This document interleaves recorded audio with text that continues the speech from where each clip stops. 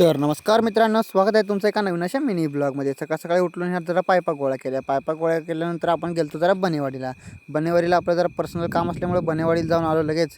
त्यानंतर आपल्याला तोडायची होती वैरण तोडली, वैरण नेऊन गोट्यात ठेवली आणि नंतर गेलो आपण बागत आपण व्हिडिओ केला ते तेवढा बघून जावा।